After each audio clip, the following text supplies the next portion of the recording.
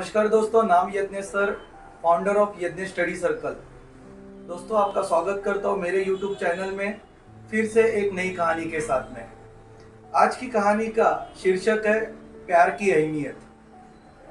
दोस्तों, एक आइलैंड हुआ करता था। उस आइलैंड में बहुत सारे दोस्त रहा करते थे।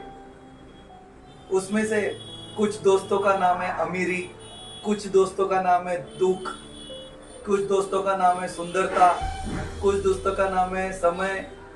और ये सारे के सारे दोस्त हुआ करते हैं प्यार के।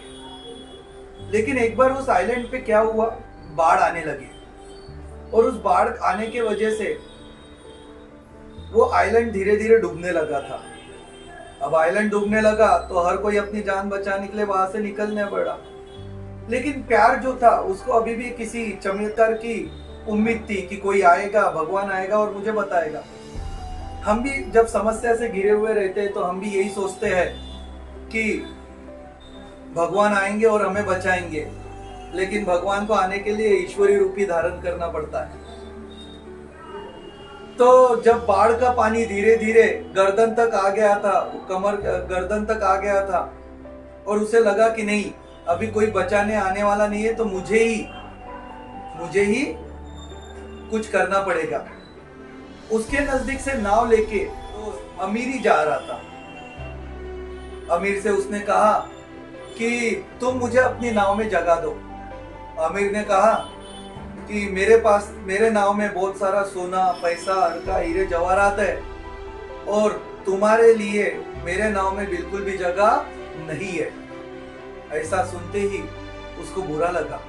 उसको दुख हुआ कि ये तो मेरा दोस्त हुआ करता था, लेकिन आज ये मेरे कोई काम नहीं आ रहा है। आगे चल के उसने अपने दूसरे दोस्त दुख से मदद मांगी। दुख नीचे से गर्दन झुकाए हुए चुपचाप उसके बगल से निकल रहा था बगैर उसको देखे। उसने दुख से कहा कि दुख, कम से कम तुम तो भी मुझे अपनी नाव में जगह दो। दुख ने कहा, मैं खुद परेशान हूँ, मेरी और प्रॉब्लम है, मेरे पास ये समस्या है, वो समस्या है, और सारे समस्याओं से मेरी नाव भरी पड़ी है, तो मेरी नाव में तुम्हारे लिए जगह नहीं है। उसको और दुख लगा, उसको और बुरा लगा कि जो लोग मेरे साथ में दिन रात रहा करते थे, मेरे दोस्त हुआ करते थे, लेकिन आज कोई भी मेरे साथ मुझे साथ नहीं दे रहा है। आगे उसने सुंदरता से मदद मांगी कि सुंदरता, कम से कम तुम तो भी मुझे अपनी नाव में लेके चलो। सुंदरता ने कहा, हाँ। बड़ी सी इतराते हुई आवाज से उसने कहा, हाँ, तुम तो पहले से ही गीली हो चुकी हो, तुम्हारे कपड़े खराब हो चुके हैं, तो मैं और तुम मेरे नाव में आओगे तो मेरी नाव गंदी हो जाएंगी, तो मेरे नाव में भी तुम्हारे लिए जगह नहीं है। उसको और बुरा लगा कि क्या हो रहा है। जब इनको जरूरत थी तो मैं हर समय पे इनके साथ में खड़ी रहती थी, इनको प्यार करती थी, लेकिन आज मैं मुसीबत में हूं तो मुझे कोई भी साथ नहीं दे रहा है। और मस्ती, जो उसका और दूसरा दोस्त हुआ करता था, मस्ती तो अपनी धुन में था, तो उसने प्यार की आवाज सुनी ही नहीं और मस्त नाचते हुए मस्ती में होके वो वहां से निकल गया। वो रोने लगी। उसे बहुत बुरा लगने लगा कि आज मैं जिन्हें अपने दोस्त कहती थी, अपनी शुभ चिंतक कहते थे, वो मुसीबत में मुझे कोई भी साथ नहीं दे रहा है। अब वो हार गई थी और उसने सोच लिया था कि अब कोई भी मेरी मदद नहीं करेगा। लेकिन उतने में ही एक वृद्ध व्यक्ति ने, जिसके पूरे दाढ़ी के पूरे बाल सफेद हो गए थे, वो वृद्ध व्यक्ति ने उसको आवाज लगाई कि प्यार, तुम मेरे साथ आ जाओ, मेरी नाव में बैठ जाओ। प्यार जल्दी से उस नाव में चढ़ गई और नीचे गर्दन झुकाए रो रही थी।